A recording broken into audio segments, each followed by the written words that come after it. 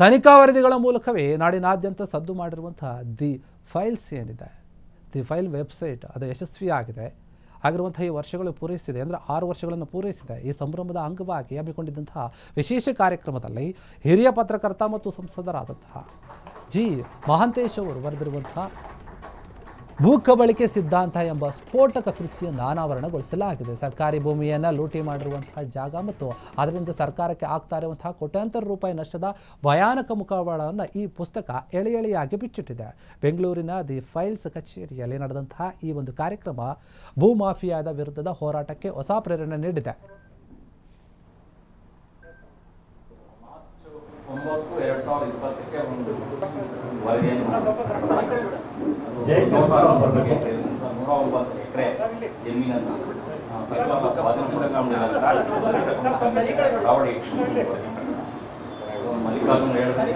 ಮಲ್ಲಿಕಾರ್ಜುನ್ ಅಂತಿದ್ರು. ಅವರು ಕೋವರ್ಕಿಂಗ್ ಸ್ಪೇಸನ್ನು ಅವರನ್ನು ಲಾಂಛನ ಮಾಡಿ 4 ಜನ, ಅದು ಮೊದಲ ವರದಿ. ಇವತ್ತು 3265ನೇ ವರದಿಯನ್ನು ಇವತ್ತು ಪ್ರಕಟ ಮಾಡಿದ್ದಾರೆ. ಆದರೆ 5 ವರ್ಷ 1857 ದಿನ 3265 ವರದಿಗಳು ಈ ಫೈಲಲ್ಲಿ ಬಂದಿದ್ದಾರೆ. ಅದರಲ್ಲಿ ಡಿ.ಕೆ. ಠಾಕೂರ್ ಸರ್ ಅವರ ವರದಿನೂ ಕೂಡ ಬಂದಿದೆ.